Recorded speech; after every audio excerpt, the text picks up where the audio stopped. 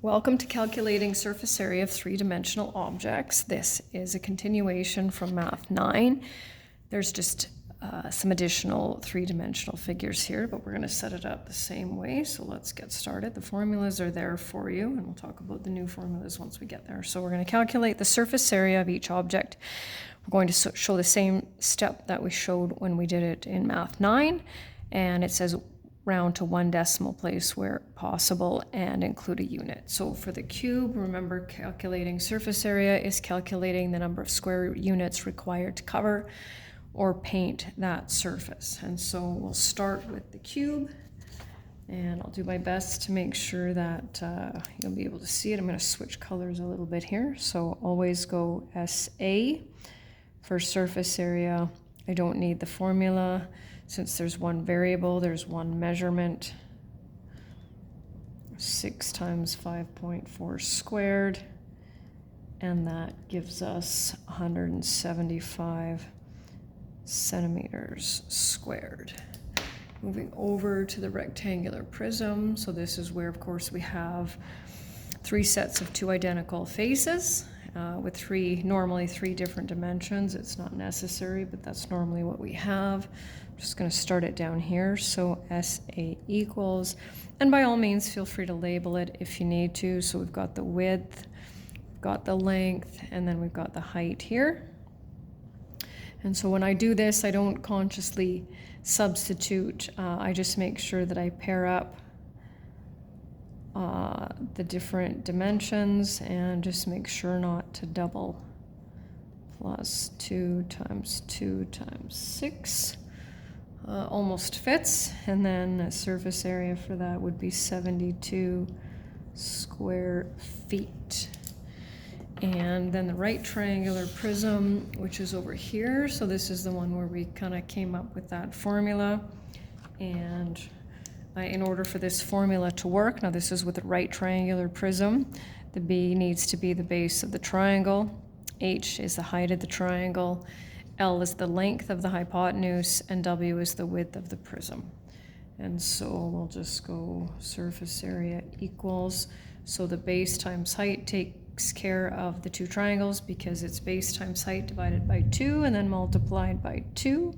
So we'll go 8 times 6 plus 8 times 18 plus 6 times 18 plus 10 times 18, and we end up with a surface area of 480 square centimeters. And then the last repeat from grade 9 is the cylinder, so 2 circles plus a rectangle, and we know that the base of the rectangle is the circumference of the circle, so that's 2 circles plus base times height. So we'll go 2 times pi, I've given you the diameter, so we just need to cut that in half for the radius, plus 2 pi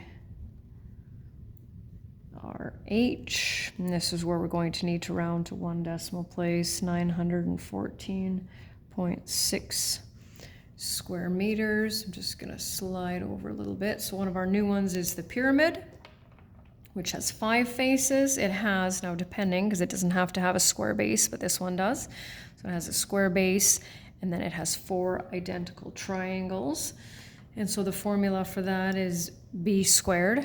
So of course, base squared. Now, normally when we do a square, we do S squared. This just makes it a little easier because then when we're figuring out the area of the triangles, right? Base times height divided by 2 times 4 simplifies to 2 base times height. So surface area of that one would be 6 squared plus 2 times 6 times 9, which gives us a total surface area of 144 square centimeters. Moving on to a couple more new ones here. We've got the cone. Now we did take a look at this one already when it came to dealing with the net. It's got 2 faces, it's got a circle, and of course it's part of a circle. Now here's the interesting part here. So remember, and what I like about this is that height is just the straight height, And when we calculate volume, that's the height that we need. However, we need the slant height, right, which of course is slanted. We don't have that, therefore we need to calculate it using the Pythagorean theorem. And so I'm going to use this as my S, and then I'm going to calculate it. So 5.7 squared plus 12 squared equals side squared. And just because this is the lesson, I'm going to show you all the steps, although I don't need them. And I definitely need this one. And then when we add those together, when we're solving, we're going to take the square root of both sides, and I end up with 13.3 centimeters equals S.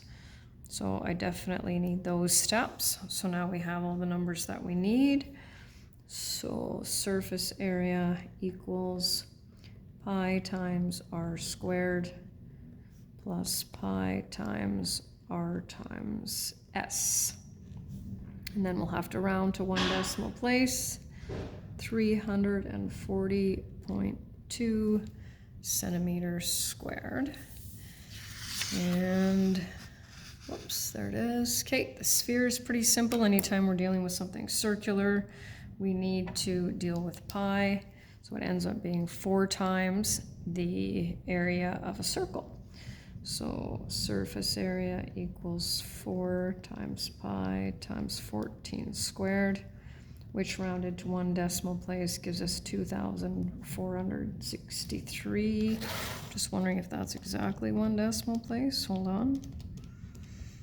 Yep, 0.0, that's exactly what it is, centimeters squared. If it ends up being 0.0, don't worry about that. And then I'm just going to do one more, and that's going to be, it's a triangular prism, however, it's not a right triangular prism. Now the formula that we have won't work for that, so we're going to have to just calculate this one the old-fashioned way, and that is by calculating the area of all of the faces. So surface area, right, is still going to be base times height for the triangles, right? So